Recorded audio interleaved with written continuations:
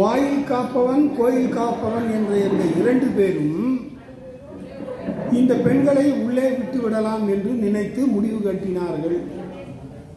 அதுக்கு முன்னாடி ஆயர் சிறுமியரும் எமக்கு அரைவரை மாயன் மணிவண்ணன் நின்னலே வாய் நேர்ந்தான் என்று சொல்லிக் கொண்டு வந்தார்கள் பார்த்தோம். அதில் இவர்களை தடுத்து நிறுத்துவதற்கான காரணம் என்னவென்றால், சிறு பெண்கள் என்று நினைத்து உங்களை உள்ளே விட்டுவிட முடியாது. பெண்கள் என்று நினைத்து வந்தவள் பூதனை, அவளும் கொடுமை செய்தாள். கன்றுக்குட்டியாக வந்தான் ஒரு அரக்கன், அசுரன் வத்சாசுரன். இன்னொருவன் விளாமரமாக நின்றான். இந்த இரண்டு பேரும் கண்ணனை கொல்வதற்காகத்தானே வந்தார்கள். ஆகையினாலே இப்பொழுது எங்கு பார்த்தாலும் ஆயர்பாடியிலே அந்த அரக்கர்கள் திரிந்து கொண்டிருக்கிறார்கள். எந்த நேரத்திலே எப்படி வேண்டுமானாலும் எந்த ரூபத்திலே வேண்டுமானாலும் வந்து கண்ணனை அழிக்க தொடங்குவார்கள். ஆகையினாலே தான் உங்களை என்னாலே முன்னா விட முடியவில்லை என்று சொன்னான்.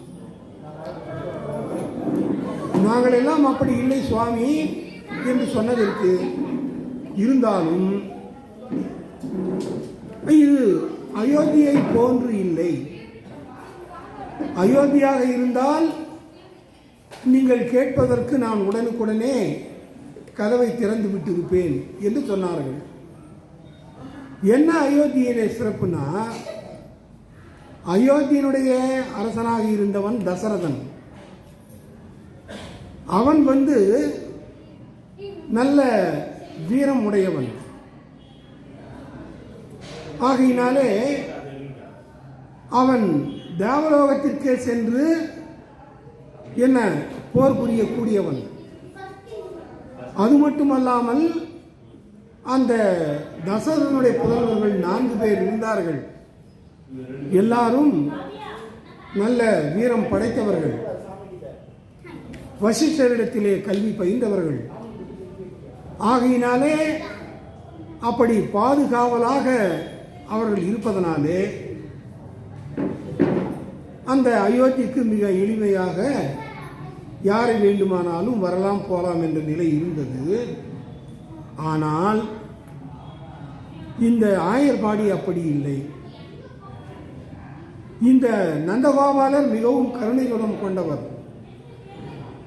பசும் புல்லை மிதித்து விட்டால் கூட அது வாடி வதங்கி போய்விடுமே என்று நினைத்து அந்த புல்லை கூட மிதிக்காத கருணை குணம் கொண்டவர்.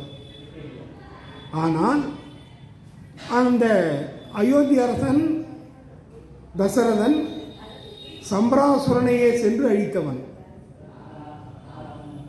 தன்னுடைய மனைவியான கைகேயை உடன் அழைத்து கொண்டு சென்று அந்த சம்பிராசுரனை அழித்தார். அதுக்கு நிறைய விளக்கங்கள்லாம் வருது. அது சொன்னால் ரொம்ப நேரம் ஆகிடும். சரி, ஆனால் இங்கே இருக்கின்ற இந்த கிருஷ்ணன் பலராமன் 2 பேரும் அவர்களாவது வீரம் உடையவர்களாக இருக்கின்றார்களா என்றால் அதுவும் இல்லை. இங்கே கண்ணன் என்ன செய்கின்றான்? வெண்ணெய்க்கு அலைகிறான். உரியிலே தயிரும் வெண்ணையும் வைத்திருந்தால் என்று எடுத்து உண்கின்றான். அந்த பலராமனும் சரியில்லை. ஆகையினால் அரசனும் சரியில்லை, அவனுடைய குமாரர்களும் சரியில்லை. அப்படி இருக்கிற போது எப்படி நாங்கள் உங்களை உள்ளே விட முடியும் என்று சொல்லி இந்த பெண்களை தடுத்து நிறுத்தினார்கள் அந்த 2 வாயிற்காவலர்களும். ஆனாலும் அவர்களுக்குள்ளே உள்ளுக்குள்ளே பயம் இருந்தது. ஆகையினால் அந்த நின்னலே வாய் நேர்ந்தான் ஆயர் சிறுநீரும் எமக்கு அரைவரை நின்னலே வாய் நேர்ந்தான்னா நேற்றே கொடுப்பதாக உறுதி சொன்னார். யாரு? கண்ணன் கிருஷ்ணன் அப்படின்றது அர்த்தம். அதுதான் அதனுடைய மேலோட்டமான பொருள். ஆனால் நின்னலே வாய் நேர்ந்தான் என்றால் இங்கே போன பிறவியிலே இருந்த ராமன் அடுத்த பிறவியிலே உங்களுக்கு இந்த பறை என்ற கைங்கரிய பேற்றினை நான் அளிக்கின்றேன் என்று அப்போதே சொல்லிவிட்டார் என்று அதற்கு நாம் அந்த வியாக்கியானத்தை எடுத்துக்கொள்ள வேண்டும். ராமர் 14 ஆண்டுகள் கானகம் சென்றார். ஆரணத்திலே வாழ்க்கை நடத்தினார். தண்டகாரண்யத்திலே தான் பல ஆண்டுகள் கழித்தார். அந்த தண்டகாரண்யத்திலே பார்க்கின்ற பொழுது நிறைய முனிவர்கள் தவசிகள் எல்லாம் இருந்தார்கள். அந்த ஒவ்வொரு தவ முனிவர்களை பார்த்தும் அவர்களிடத்திலே ஆசீர்வாதம் பெற்றுக்கொண்டும் சில பேருக்கு ஏற்பட்ட அந்த துன்பங்களை எல்லாம் போக்கியும் எல்லாருக்கும் உதவி செய்து இருந்து கொண்டிருந்தார் ஸ்ரீராமர். அகஸ்தியராசிரமத்துக்கு போனார்னு பார்க்குறோம். அவர்தான் ராவணனை வதைப்பதற்கு ஒரு அஸ்திரத்தை கொடுத்தார். அதுக்கு பிறகு வாதாபி இல்வலன் 2 பேர் இருந்தாங்க. அதை வாதாபி ஆடா மாறிடுவான். அவனை கொன்று அந்த இல்வலன் மாமிசத்தை எல்லோருக்கும் விருந்தாக கொடுப்பான்.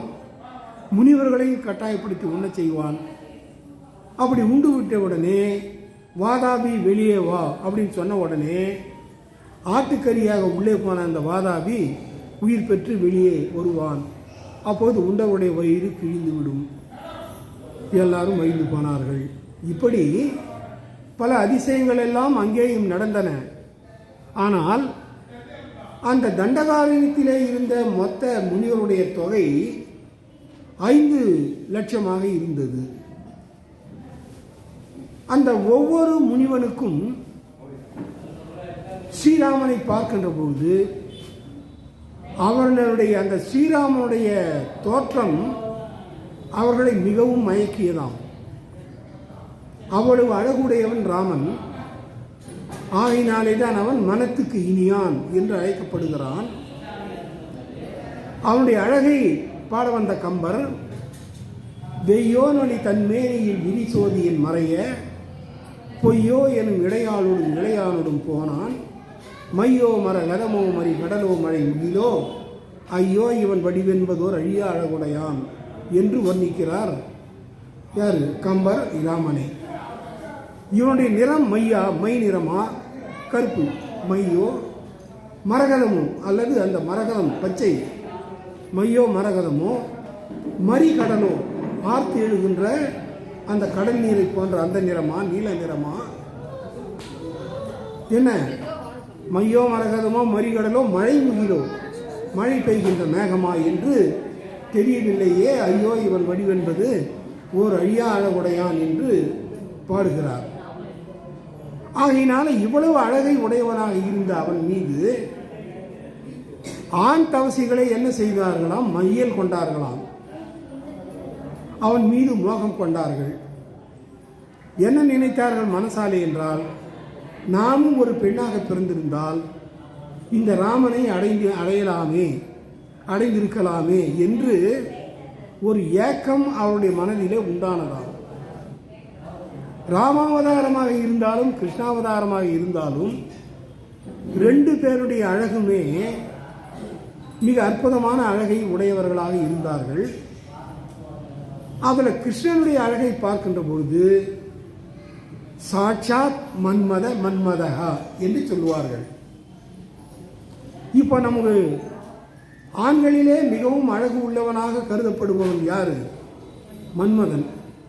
யாராவது ஒருத்தன் ரொம்ப அழகாக இருக்கான் அப்படி இல்லைன்னா எப்பொழுது பார்த்தாலும் தன்னை அலங்காரம் செய்து கொண்டு இருப்பான் அப்படின்னு நான் பார்த்து, உனக்கு என்னடா பெரிய மன்மதன் நினைப்பா அப்படின்லாம் கூட கேட்பாங்க. அப்படின்னு என்ன அர்த்தம்? நீ ரொம்ப அழகன் என்று நினைத்து கொண்டு இருக்கிறாயா அப்படின்னு அர்த்தம். ஆக அந்த மன்மதன் தான் அழகன். அந்த மன்மதனே பார்த்து கிருஷ்ணனை பார்த்தால் மதிமயங்குவானாம். சாட்சாத் மன்மதக மன்மதனுக்கே மன்மதனாக தெரியக்கூடியவர் பெருமான் என்று சொல்லுவார்கள். ஆகையினாலே அப்படிப்பட்ட அந்த நிலையிலே இந்த ரிஷிகள் எல்லாம் இருந்தார்கள். ஆகையினாலே அவருடைய விருப்பத்தை நிறைவேற்ற வேண்டும் என்று பகவான் நினைத்தார், ராமன் நினைத்தார். ஆகையினாலே முனிவர்களே, நீங்கள் கவலைப்படாதீர்கள். அடுத்த யுகத்திலே, துவாபர யுகத்திலே, நீங்கள் எனக்கு அந்த கைங்கரியம் செய்கின்ற, பணிவிடை செய்கின்ற ஒரு குலத்திலே, கோபியர் குலத்திலே, ஆயர் குலத்திலே பிறப்பீர்கள் என்று அவர்களுக்கு நின்னலே. நின்னலேனா பொதுவாக என்ன அர்த்தம்? நேற்றே அப்படின்னு அர்த்தம். ஆக நேற்றேன்றது இங்கே என்ன? போன யுகத்திலேயே எங்களுக்கு இந்த அரை பறை, அந்த அடித்து முழக்குகின்ற பறையை கொடுப்பதாக அவர் சொல்லிவிட்டார் என்பதுதான் அந்த மாயன் மணிவண்ணன் அரைபறை என்ன நின்னலே கொடுப்பதாக வாக்குறுதி கொடுத்தான் என்பதற்குரிய சுவாபதார்த்தமாக உள்ளதை பொருளாக இங்கே இருக்கின்றது. ஆகையினாலே தான் கோபியர்கள், அந்த ஆயர்பாடியிலே இருந்த கோபியருடைய தொகை எவ்வளவு என்றால் 5,00,000 கோபியர்கள். அங்கே இருந்த முனிவர்கள் அப்படியே என்ன ஆகின்றார்கள்? இந்த கோகுலத்திலே வந்து ஆயர்களாக, அதாவது ஆயர் மகளிராக பிறக்கிறார்கள், பிறந்திருக்கிறார்கள். அதில் அந்த நிறைய பேர் வந்து திருமணமாகியவர்கள் இருக்கிறார்கள். அவர்களெல்லாம் தயிர் கிடைக்கிறார்கள், காசும் பிறப்பும் எல்லாம் அணிந்து கொண்டிருக்கிறார்கள். அப்படி கொஞ்சம் பேர். அதுக்கு பிறகு ஒவ்வொரு வீட்டிலேயும் ஒரு தாய்க்கு துணையாக இருக்கின்ற செவிலித்தாய், செவிலித்தாய்னா வளர்ப்பு தாயின்னு அர்த்தம். அப்படி கொஞ்சம் பேர் இருந்தார்கள். ஆக இவர்களை எல்லாம் கழித்து விட்டு இளம்பெண்களாக இருந்தவர்கள் மட்டும்தான் இந்த பாவை நோன்பாகிய மார்கழி விரதத்தை செய்ய வேண்டும் என்று திரண்டார்கள். அப்படி திரண்டவர்களுடைய தொகையானது என்ன, ஒரு 2 லட்சம் 3 லட்சம் இருக்கும், மற்றவர்களை கழித்து விட்டு. ஆக அவ்வளவு பேரும் திறந்து விட்டார்கள்னு அர்த்தம், திரண்டு விட்டார்கள். என்ன சுவாமி, 10 பெண்களைத்தானே துயில் எழுப்பினார்கள் என்றால், ஒவ்வொரு பெண்ணிடத்திலேயும் அவருடைய தோழிமார்கள், அவர்களுக்கு வேண்டியவர்கள். இப்போ நம்ம ஏதாவது ஒன்று வச்சுருக்கோமா, ஒரு அமைப்பு. இப்போ நம்ம திருப்பாவை என்னது, நம்ம இங்கே திருப்பாவை திருவிழா குழுவினர்னு போடுறோம். அந்த குழுவில் ஒரு 19 பேர் 20 பேர் இருக்கிறோன்னு வச்சுங்க. அது மாதிரி இப்போ ஆண்டாள் கோஷ்டி அது தனியாக, அப்புறம் லட்சுமிக்குன்னு ஒரு கோஷ்டி, அதில் வந்து ஒரு 50,000 பேர். இப்படி ஒவ்வொரு தலைவியின் பின்னாலேயும் 50,000 கணக்கிலே, 1000 கணக்கிலே கோபிகா ஸ்திரீகள் எல்லாம் இருந்தார்கள். ஆகையினாலே இந்த 10 வீட்டு பெண்களை எழுப்பியதினாலே எல்லோருமாக திரண்டு விட்டார்கள். ஆகையினால தான் அதை முடிச்சுட்டு இன்றைய 16ஆம் பாடல் முதல் கொண்டு 22 வரையிலே 7 பாசுரங்களிலே என்ன செய்கின்றார் ஆண்டாள் நாச்சியார்? பகவத் சம்பந்தம் உடையவர்களை அழைக்கிறார். இதுக்கு முன்னாலே பாகவத சம்பந்தம் உடையவர்களை அழைத்தார்கள், இப்பொழுது பகவத் சம்பந்தம் உடையவர்களை அழைத்தார்கள். ஆகையினால் அந்த கோயில் காப்போன் என்கின்ற பொழுது அந்த ஒரு நகரத்தை சுற்றி மிகப்பெரிய கோட்டை இருக்கும், அதன் மேலே கொடிகள் எல்லாம் பறக்கும் என்று சொல்லுவார்கள். அது அந்த கொடி தானாக பறக்கும். ஆனால் அந்த கொடி ஏன் பறக்கிறது என்பதற்கு அந்த காவியத்தை எழுதுகின்ற அந்த புலவர்கள் ஏதாவது ஒரு கற்பனையை அதன் மீது வைத்து பாடுவார்கள். உதாரணத்திற்கு, அங்கே குருட்சேத்திர போர் நடைபெறப் போகிறது என்பது உறுதியாகிவிட்டது. ஆகையினாலே அந்த பாண்டவர்களும் கௌரவர்களும் கண்ணனுடைய அந்த கிருஷ்ணன் சேனையை தங்களுக்கு துணையாக அனுப்ப வேண்டும் என்பதற்காக படை உதவி கேட்டு போகிறார்கள். 2 பேருமே செல்லுகிறார்கள். யாரு? கௌரவர்களின் தலைவனான துரியோதனன் போகிறான். அதன் பிறகு பாண்டவனுடைய தலைவனான யுதிஷ்டிரன் என்கின்ற தருமனும் போகிறான். இதில் 2 பேரும் முந்தி கொண்டு சென்றார்கள். சென்றவன் அங்கே பகவான் கிருஷ்ணன் படித்திருப்பதை பார்த்து தூக்கத்திலே இருக்கிறார், அவர் எழுந்து கொள்ளட்டும் என்று நினைத்து அந்த கிருஷ்ணனுடைய தலைமாட்டு பக்கம் போய் உட்கார்ந்து கொண்டான். ஏன்னா கால் பக்கம் உட்காருவது அவனுக்கு கொஞ்சம் வெட்கக்கேடாக இருந்தது. இவன் சாதாரண ஆயர் குலத்தை சார்ந்தவனானே, இவன் கால் பக்கத்திலே போய் நாம் அமர வேண்டுமா என்று நினைத்து தலைப்பெருக்கத்திலே போய் அமர்ந்து கொண்டான். அதுக்கப்புறம் அர்ஜுனன் வந்தான், கால் பக்கத்திலே போய் அமர்ந்து கொண்டான். கிருஷ்ணர் கண்விழித்து எழுந்தார். கண்விழித்து எழுந்தபோது இப்படியா திரும்பி பார்ப்பாரு. நேராக எழுகின்ற பொழுது கால் பக்கம் இருக்கின்றவனை தானே பார்க்க முடியும். அப்போ அங்கே எங்கே யார் இருந்தான்? யுதிஷ்டரன் இருந்தார். ஆகையினாலே உனக்கு என்ன வேண்டும் என்று கேட்க, இந்த நடைபெறப் போகின்ற போரிலே நீங்கள் எங்களோடு இருக்க வேண்டும், எங்களுக்கு அதாவது அர்ஜுனனுக்கு தேரோட்டியாக இருக்க வேண்டும் என்று சொல்லி அவன் கேட்கிறான். சரி என்று ஒத்துக்கொள்கிறான். அதுக்கு பிறகு இவன் என்ன பண்ணுறான், உன்னுடைய சேனைகளாம் நாராயண படையெல்லாம் என்னோட அனுப்புனா சரின்னு ஒத்துக்கொள்கிறார். அப்படி 2 பேரும் செல்கின்ற பொழுது அந்த துவாரகை நகரத்திலே கொடிகள் எல்லாம் பறந்து கொண்டிருந்தனவாம். அந்த துவாரகை நகரத்து கொடிகள் எல்லாம் துரியோதன் போகிறத பார்த்து, ஈண்டு நீ வரினும் எங்கள் எழிலுடைய எழிவண்ணன் பாண்டவர் தங்கட்களால் படைத்துணையாக மாட்டான். அடே துரியோதனா, நீ இங்கு வராதே, வருவதனாலே ஒரு பயனும் இல்லை. எங்கள் எழிலுடைய எழிவண்ணன், எழில்னு அழகுன்னு அர்த்தம். எங்களுடைய அந்த கண்ணன், அழகுடைய கண்ணன், மலைமேகத்தை போன்ற கண்ணன் பாண்டவர் தங்கட்கு அல்லால் படைத்துணையாக மாட்டான். பாண்டவர்களுக்குத்தான் படைத்துணைக்கு செல்வானே ஒழிய அவன் என்ன செய்ய மாட்டான், உங்களுக்கு துணையாக வரமாட்டான் என்று சொல்லி தன்னுடைய கைகளாலே அவை என்ன செய்தனவா, நீ திரும்பி போய்விடு, திரும்பி போய்விடு என்று சொன்னதாக சொல்லுவார்கள். அங்கே வில்லிபுத்தூர் ஆழ்வார் பாடியிருக்கிறார். அதே மாதிரி கம்பராமாயணத்தை பார்க்கின்ற பொழுதும் ராமன், லட்சுமணன் பிறகு யாரோடு செல்லுகிறார்கள்? சீதை இல்லை, சீதைக்கு இனிமேல் தான் கல்யாணம் ஆக போகுது. ராமன் லட்சுமணனும் அந்த முனிவர் வந்தார்ல கூட, விஸ்வாமித்திர முனிவர், அவர் தான் வந்து கூட்டும் வர்றார் மிதிலை மாநகரத்திற்கு. அப்படி 3 பேருமாக சேர்ந்து சென்றபோது என்ன, அந்த கொடிகள் எல்லாம் ராமனை பார்த்து சீக்கிரம் வா வா என்று அழைத்தனவாம். ஏனென்றால் உன்னுடைய மனைவியான அந்த மகாலட்சுமி தேவி இங்கேதான் சீதை என்ற பெயரோடு வாழ்ந்து கொண்டிருக்கிறாள். ஆகையினாலே உன்னுடைய வரவை அவள் எதிர்பார்த்து காத்து கொண்டிருக்கிறாள். நீ இங்கே வந்தால் என்ன செய்யலாம், அந்த திருமகளை மனம் புரிந்து கொள்ளலாம், சீதையை மனம் புரிந்து கொள்ளலாம் என்று அந்த கொடிகள் எல்லாம் அழைத்தன என்று சொல்லுவார்கள். ஆகையினால் இப்படி ஒரு கொடி அசைவை வைத்து கூட அந்த காலத்திலே புலவர்கள் எல்லாம் பாடியிருக்கிறார்கள். ஆக அப்படித்தான் அந்த துவாரகையிலே கொடிகள் எல்லாம் அசைந்து கொண்டிருந்தன. அப்படிப்பட்ட அந்த முதல் பிரகாரத்திலே இருக்கின்றவனைத்தான் கோயில் காப்போன் என்று சொன்னார்கள். அது பிறகு உள்ளே இருக்கின்ற வாயில் காப்பவனை அந்த பதாகைகள் எல்லாம் இருக்கின்ற அந்த பகுதி என்று 2 விதமாக பிரித்து இவர்களை என்ன அந்த 2 காவலர்களை குறிப்பிடுகிறார்கள்.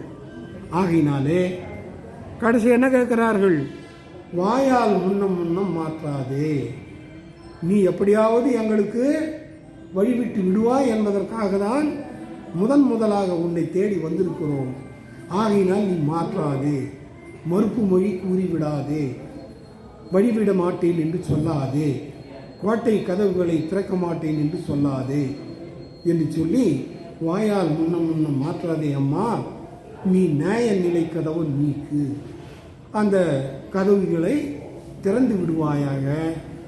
நாங்கள் உள்ளே சென்று என்ன செய்ய வேண்டும், இன்னும் உறங்கிக் கொண்டிருக்கின்ற அந்த கண்ணனை, அவனுடைய அழகை பார்க்க வேண்டும், அவனை தரிசனம் செய்ய வேண்டும், அவனிடத்திலே இருந்து என்ன செய்ய வேண்டும், அந்த பறை என்கின்ற அந்த கைங்கரியத்தை பெற்று செல்ல வேண்டும் என்று இவர்கள் கேட்க, ஏற்கனவே அந்த துவார பாலகர்களுக்கு ஏற்பட்ட அந்த கசப்பான சம்பவம் ஞாபகத்திற்கு வந்ததனாலே நமக்கு என்ன வம்பு, சரி பார்க்கலாம் என்று நினைத்து இந்த பெண்களுக்கு வாயில் கதவை திறந்து விட்டார்கள். ஆகையினாலே அவர்கள் உள்ளே நுழைந்து விட்டார்கள். அடுத்ததாக இருப்பது நந்தகோபன். அங்கேதான் முதல் கட்டிலே அவன் உறங்கிக் கொண்டிருக்கிறான், முதல் மாளிகையிலே. அவனை என்னவென்று துயிலழித்து தூக்கத்தில் இருந்து எழுப்புகிறார்கள் என்பதை நாளைக்கு பார்ப்போம். ஆகையினால இந்த மார்கழி மாதத்தினுடைய 16ஆம் நாள் பாசுரம் சிறப்பாக முடிவுற்றது. நாளை ஆங்கில புத்தாண்டு என்று சொல்லுகிறார்கள். நமக்கு ஒன்றும் அந்த புத்தாண்டுலாம் கிடையாது. அதனால் நாளைக்கும் நம்முடைய அந்த பிரசங்கம் உபன்யாசம் தொடர்ந்து நடைபெறும். ஆகையினால் வாங்க, ஒருவேளை அதிகம் கூட்டம் இருந்தால் கூட நம்ம ஒரு பக்கத்தில் உட்காந்து நம்ம சொல்கிறத நம்ம கேட்டு போகலாம். சரிதானா? ரைட். ஆகையினாலே செங்கல் திருமுகத்து செல்வ திருமாலால் எங்கும் திருவள்ளு பெற்று எல்லோரும் இன்புற்று வாழ வேண்டும். ஓம் ஸ்ரீ கிருஷ்ண பரபிரம்மனே நமக்கு.